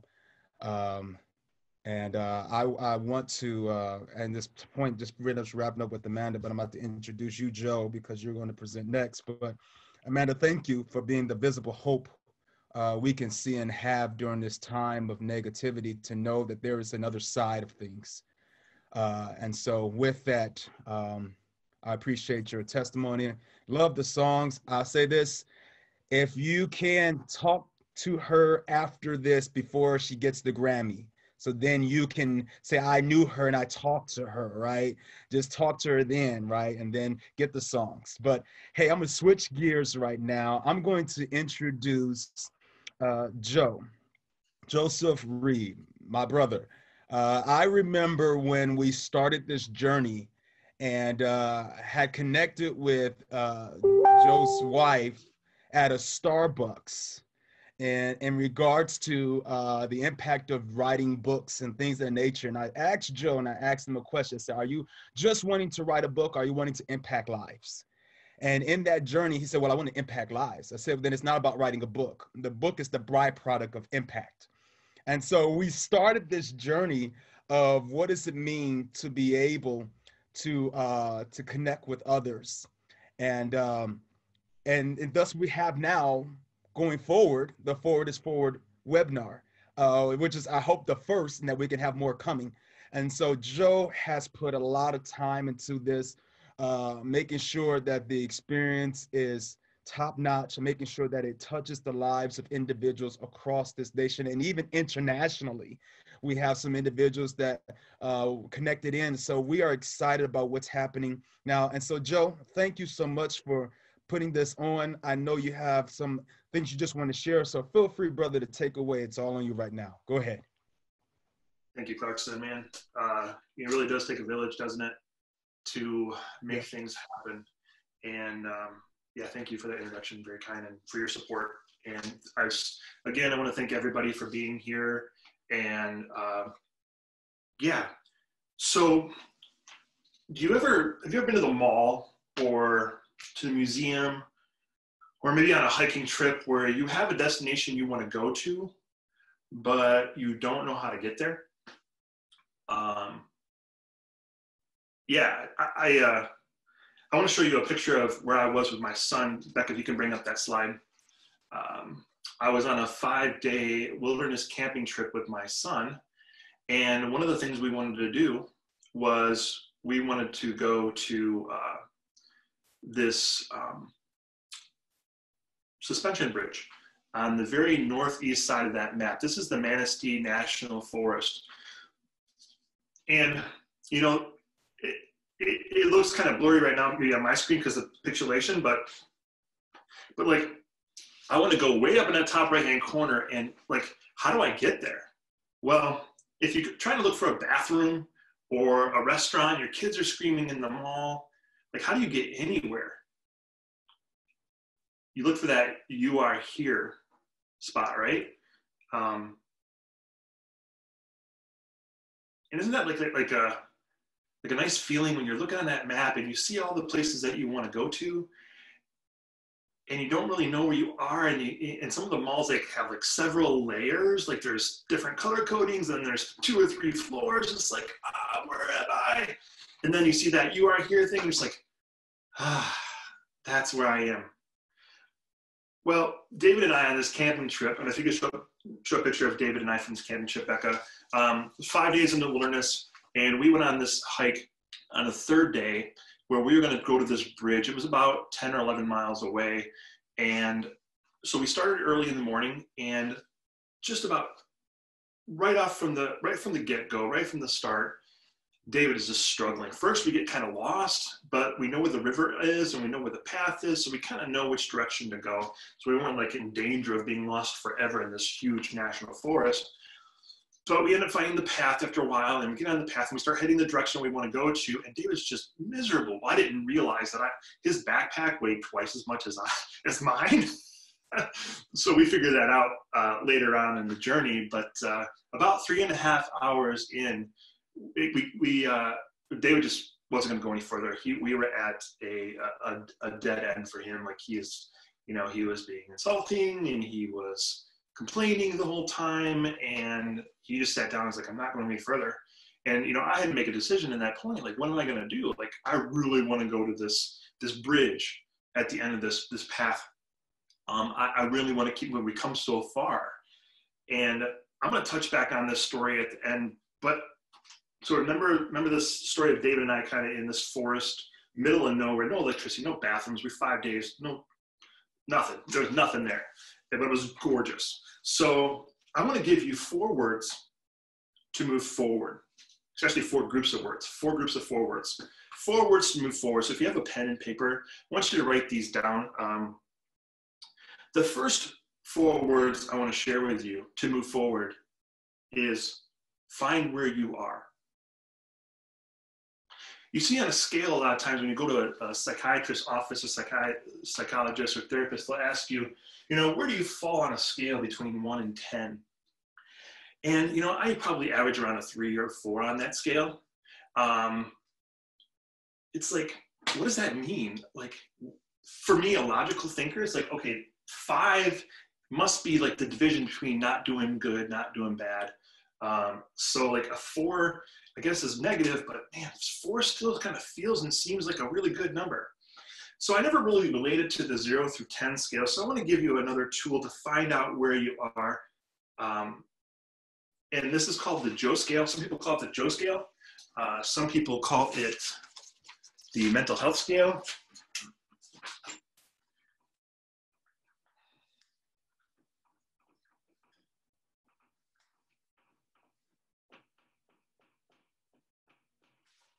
I don't actually know how many slashes there are. I don't know if you can see this, but I just put a negative number, -10, -6, and then all the in-betweens. What this does, I want to explain this to you. 0 is the point on this scale. If I ask you how you're doing and you say 0, that means you're kind of like, I don't really know how I'm doing. Not good, not bad, just kind of blah. The cool thing about your scale is, like, if you're not feeling good, if you're having a rough day, then you're automatically falling on this right side, the negative side. I feel negative, so I am negative. If you feel positive, hey, you're on the positive side, great. But knowing where you are is really key to moving forward. A couple things about this scale. I'm not going to get too far into all the different aspects of this, but this is something you could share with your family. All my friends, all my family, my therapist knows all about this scale. They question me on it constantly. There are some significant numbers here. Imagine number 10 is like eating crap. It's like the worst feeling you could possibly have. It's horrible. And then a positive 10 is like the absolute best you can possibly feel or be. Now, I've highlighted this -6 number because this is very significant for me. This is the point, this -6 number is when I've told my friends and my family that I need to go to the hospital. As I approach in my emotional journey, go down and get closer to this -6 number, you can kind of see what direction you're going in your emotions. And you get dangerously close to that 6 number. And what I'm thinking in that moment is, I'm having constant thoughts of hurting myself or killing myself. And yeah, and that's the point where I need to go. I need to go and get some more help in an inpatient manner. And a lot of times it's hard, like Amanda was saying, it's hard to find the words to communicate how you're doing. So for me, it's a lot easier to say, you know, when somebody asks you how you're doing, I'm like, -5. That says a whole lot to my family and friends. And that's like a danger zone to be in. And once you label where you're at, then you can decide to move forward. I also want to highlight this +6. That +6 can be a very telling number too. A lot of people, if you get to that +6 too quickly, can be considered going through a manic state. Now, if you get to that point where you're feeling so great and you're at a +6, it's fantastic. It's a fantastic feeling. But whenever I get there, I always have to ask myself the question: are you being manic? Are you thinking clearly? Are you considering just everything going on in your life right now? Are you starting a lot of businesses? Are you trying to get a whole bunch of things going all at once? Are you doing too much? And I reflect on that with a lot of friends and process through that with loved ones and all of that. And in my head too. Plus journaling has just been so huge in my journey of just processing where I'm at. But when you get to move to the right and you get to this 6th spot or anywhere that's positive, I want you to celebrate those moments, whether you're moving forward from a -6 to a -4 or into the positive. Like, celebrate that journey. And if you're here and you are manic, you can still celebrate that, but you can also begin to do things to help cushion that drop that's going to inevitably happen. Just by knowing that you're there, you can do things to make that fall from that manic state less harmful and hurtful to you and the people that you care about, because inevitably you'll bring people down through the situation with yourself. But a lot of times I'm in the 6th or 7th spot and I'm not being manic. I'm just really clear-headed. This week I was super excited about this event and I was not manic. I was just like, yes, I'm gonna nail this. It's gonna be awesome. So this is just one scale, one tool to use to find out where you are. And a lot of times there's just an emotional tug of war that's happening between you, and it's very fluid. That makes sense.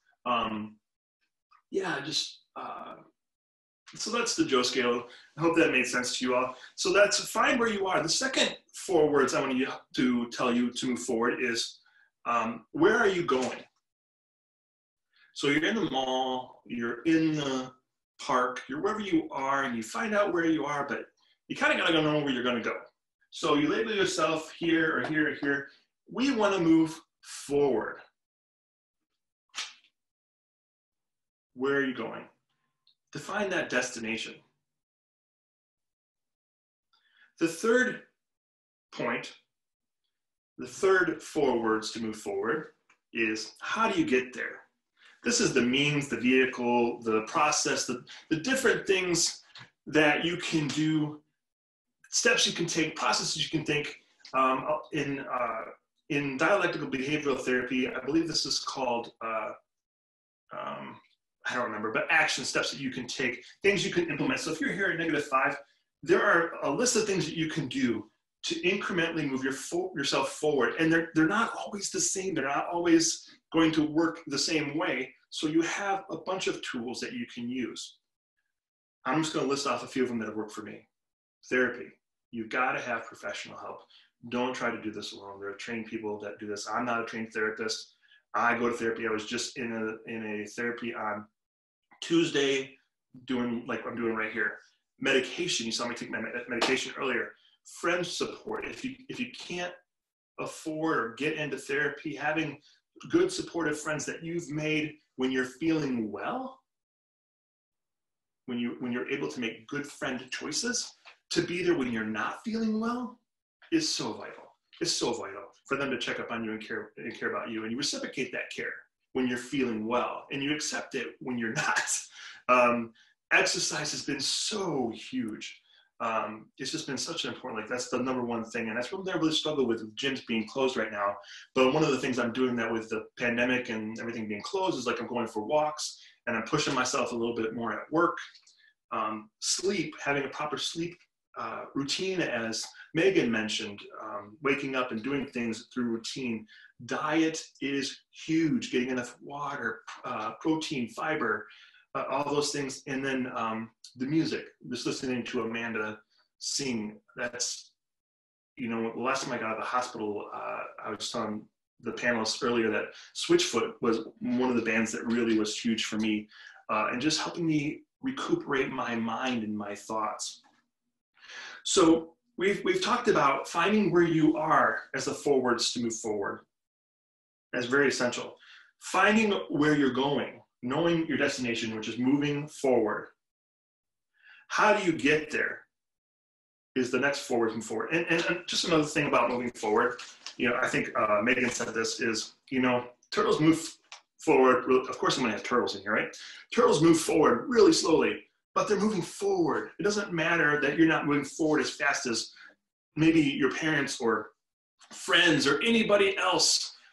Moving forward is forward, and you got to do it at your own pace. And sometimes moving forward isn't moving at all. It's just, you know, like a turtle just kind of sticking its head in there and just looking forward, looking forward. For me, that looks like sometimes I'm just in my bed and I got the sheets over my head and it's 2 o'clock in the afternoon and I just got to pull those sheets down and just emotionally and physically even look forward. It's the thing about looking forward, but I'll talk about that in my last point. Number 4, the last 4 words to move forward is sometimes you got to find a new forward. Find a new forward. Sometimes you hit a dead end and there's no longer any going forward the direction you were headed. And I'm going to go back to the story I was talking about with my son, David. You know, we hit the hit point, the midpoint on this journey. We're going on this hike. We're 3.5 hours into this hike to get to this drawbridge I really wanted to see, and David is just stopped. He's angry, he's bitter, and I have a choice. Like, I can go on and leave him here. I can get really angry and just fight with him, or I can find a new forward. Here's what finding a new forward is not. It's not about standing up in this specific example, standing up and just walking backwards towards the camp. What's going to happen if I try to walk backwards on that trail? I'm going to fall. I'm going to hurt myself. So I have to turn myself around. And when you hit a dead end and you can't go forward anymore in the direction that you're going, when you turn yourself around, guess what? You're still going forward. And what I was able to accomplish by turning myself around and going forward with my son in another direction was a relational healing. He wasn't bitter. We had a great day. We had conversations. I could have chose a lot of different things and made it for a very difficult day for myself, but I chose to move forward. I moved to Grand Rapids. I used to work for Grand Rapids Police Department. I had to leave. I was there 3 weeks. Trained for 2 years, moved to a city I didn't know, and I was done. They didn't want me, I didn't want to be there, and I had to find a new job, a new forward. It's going to happen. And how do you do that? You find out where you are, you find out where you're going. When you hit that wall, you find out where you're going, and then you decide how you're going to get there. And having all those vehicles is really important. There's I have a problem with people that say that you can accomplish anything you want to in life. Anybody and everybody's going to hit a wall where they can't move forward. And that's when you just got to pivot, and you find that new forward. It's there. It's there. Don't try walking backwards. Don't try to go back in time. Pivot and find a new forward. So, yeah, that's all I have to say about that. I'm going to bring this event to a close here. And I just want to do 3 things I want to let you know about. Thank you for being here again. If you want to support my book, originally this event was going to be held in person and I was raising money for my book. If you want to support my book, I've got these bracelets right here. It says forward is forward. It's got like a couple turtles on there. And then on the back it says broken people. If you want to support my book, the publishing, the printing, all the work that goes into like getting this thing actually on tangible paper, which I'm really excited about. If you want to, I'll provide a link in your email and down below to a fundly.com thing, and just a donation of $5 or more, and I'll get this band to you. That'll help cover the shipping and handling costs. Yeah, anything above it, and then just I'll get your address too. If you donate, I'll message you, get your address so I can send that to you. And it's just a cool reminder that you got to find your own forward. And yeah, it's just an honor to be a part of this community of people that we call broken people. We're also called healing people because we're all trying to move in the right direction. Also, I'm going to provide you guys with a link in the comments below and with an email, just providing you an option to join the Broken People Facebook group. And there's a lot of things you can do in that group. It's not just for people who struggle with mental illness, just like NAMI is not just for people who struggle with mental illness. It's a place for communities get together, regardless of what you believe, whatever you think. It's open-minded, open-hearted to come in and gather and just share love with each other. I think the cool thing about this is, like, there isn't political lines, there aren't religious lines in this group. It's, we're all here to gather around to love each other, and we need that right now. We need to encourage each other. I'm a person of faith, and I love God, and I really think God has brought me here for a specific time and purpose. Like, that's what I think. And if you don't, that's cool. Like, I respect that, and I accept that, and we can be respectful toward one another. Yeah, so I think that link is maybe down there right now. Maybe Clarkson put that on there. If you're interested in maybe being a mentor, it's an international group. So if you want to be an online mentor, we have that option in there as well. I can explain that to you a little bit more in person or over a chat like this. Or if you are interested in possibly leading a group in your area, whether you may be, I have a local group here, local broken people group that meets on Sunday nights, was meeting on Sunday nights, but we're going to kick that off here again, just with not being able to meet in person. If you're interested in something like that, send me a message. I'd love to talk to you about how that kind of all works out. And the last thing, one of the things I've been really struggling with for this webinar, or thinking a lot about, is next steps. And I want you to do something with me, if you would. Just one last little activity, and then we're going to go into a song and do some panelist questions. But I want you to take out your wallet, if you could. And I don't have my, Melissa, are you on? Can you bring me my wallet? That would be so dope. If you guys are on here, can you just take out your wallet for a second? I know when you get in a lot of these events, people will want to, gorgeous. We want to raise money to do this or that, and it's really good intentioned. People that want to raise money for things, and I would love to raise money to impact people for mental health, but there's something else I want to do right now that I want you to participate in as far as the next step. That's very much more important to me. It's just my wife brought me my wallet, so look at what's in there. Honey. But yeah, what do you value? Your community, people around you, kindness. This is a dark, dark time for so many people. Consider the number of people that are going through unemployment that have never been through unemployment before. Who do you think is best positioned to help those people who've never been through unemployment before? The people that have been through unemployment before, right? Right? I think sometimes people look down on people that have consistently have to go through this process. It's not something to look down at. It's just a phase of life, and I think that those people are ill-equipped to help people that are going through something brand new that they've never experienced before. Well, what do you think is going right now with emotional crisis? People are experiencing emotional crises who've never experienced them before. And who do you think is well positioned to help them? Well, that's people that have experienced emotional crisis before. And what I'm not telling you to do is go out and try to fix the world. But what I am asking you to do as a next step is just pay attention to people around you. Who might need what you have, what you've heard? What do you have to share with them? What do you value as far as caring for people? And then share that with them. Find somebody, even after you're done with this, call somebody who may be alone. may be high risk for emotional trauma, who may be struggling financially, just reach out and make that phone call.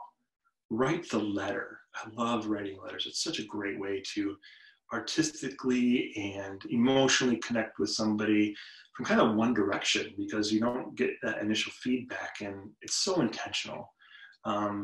So please do that. And just please reach out to your community with kindness. That's what I want you to do.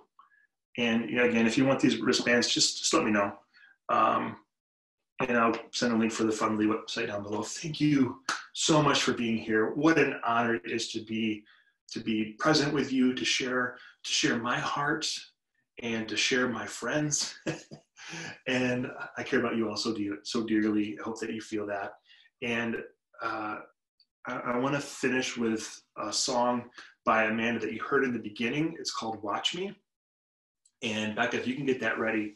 It's such a beautiful song. It's almost like an anthem for somebody like me who just struggles with thoughts.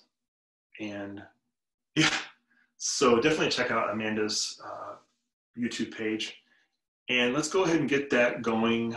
Becca, if you can, thank you so much. Becca Zagman, thank you for being behind the scenes. You're awesome and keeping this all going. I'm so grateful to Joe and Megan and Amanda and everyone who made today what it was. I just love getting to know people who use their voice to bring healing. I know I wouldn't be where I am today if it weren't for people who were in my life encouraging me and reminding me that life is worth living. Life can be really hard sometimes, but it's something that I'm committed to. So I'm gonna play one last song, and it's about growth and giving myself credit for the progress I've made. Life is hard, but when we're making progress, I think we should celebrate that, because progress, even if it's a little, is still progress, and forward is forward. So here it is. It's called Watch Me.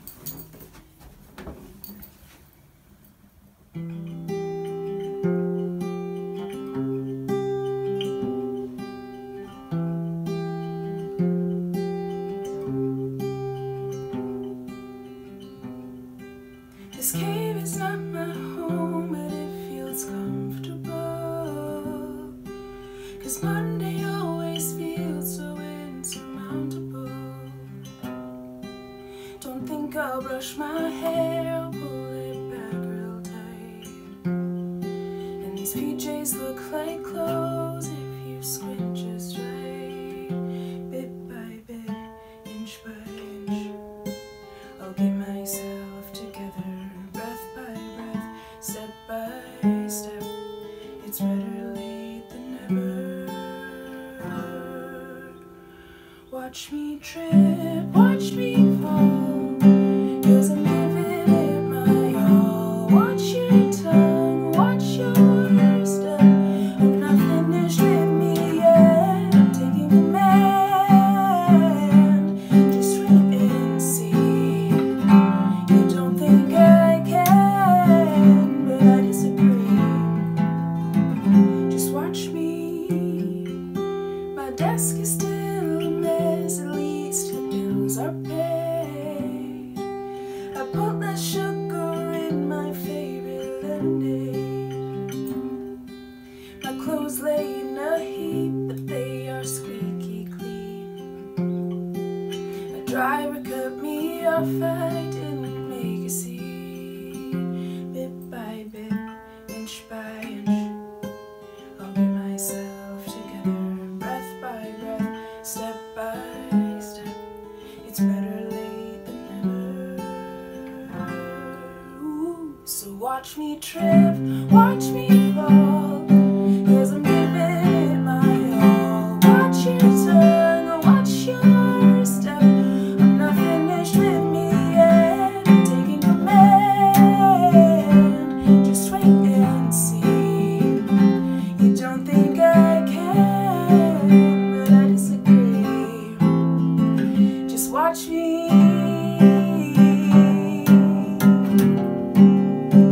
Just watch me.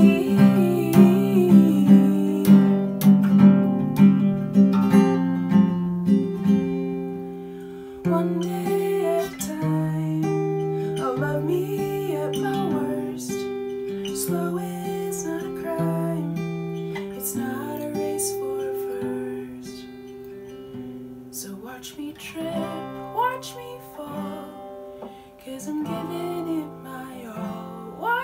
turn, watch your step. I'm not finished with me yet.